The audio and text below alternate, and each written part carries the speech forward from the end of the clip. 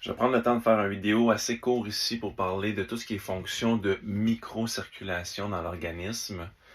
J'avais une discussion hier sur le sujet. J'ai remarqué que mon client il avait les chevilles quand même enflées. Donc, l'inflammation au niveau des chevilles. Il n'est pas blessé ou quoi que ce soit.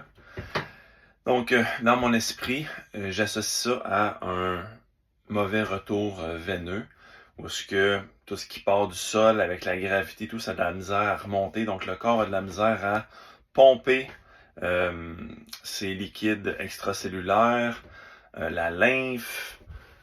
Je peux ensuite me dire que ça va créer de la compression au niveau de tout le système veineux. Et ensuite de ça, ça mène dans mon esprit à, d'après moi, cette personne-là a de la difficulté avec tous ces éléments-là qui sont en lien avec le pompage, le drainage de l'organisme, qui peut tranquillement mener à des problèmes de microcirculation. Donc, quelle est la source de ça? Premièrement, il faut penser au volet hydratation. Est-ce qu'il y a de la stagnation dans mon corps? Si oui, est-ce que ça serait bien qu'il y ait plus d'eau pour faire en sorte que le milieu globalement soit plus liquide et que ça mène à un meilleur mouvement? Première chose. Deuxième élément, est-ce que c'est trop entassé, on pourrait dire, dans mon organisme? Est-ce que je suis en surpoids?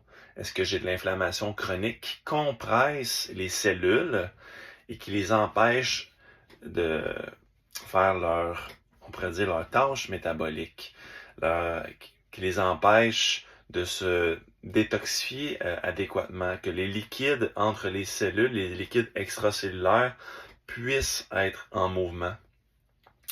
Donc, ça serait le deuxième élément.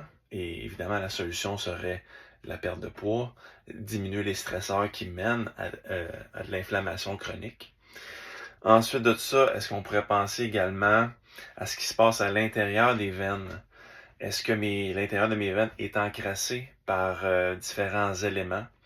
Est-ce qu'il y a des dommages qui ont été faits à la couche interne des veines qu'on appelle l'endothélium, en raison, encore une fois, de différents stresseurs environnementaux, des toxines, des métaux lourds, des toxines dans ton quotidien qui sont les liquides à vaisselle, qui sont le liquide pour le linge, la fumée secondaire, des toxines sur les aliments.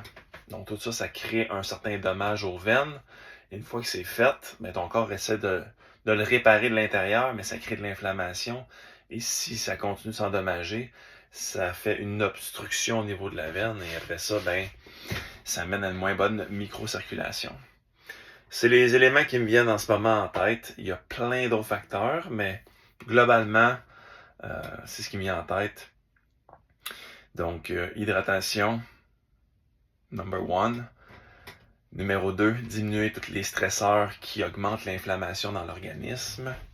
Numéro 3, perte de poids via une très bonne alimentation, une détoxification modérée, parfois agressive du corps, avec des saunas, avec l'activité physique, en supportant notre foie, nos reins, avec des micronutriments spécifiques à ça, et également utiliser différentes botaniques pour la microcirculation au niveau de nos veines, qui va pouvoir donner un coup de main.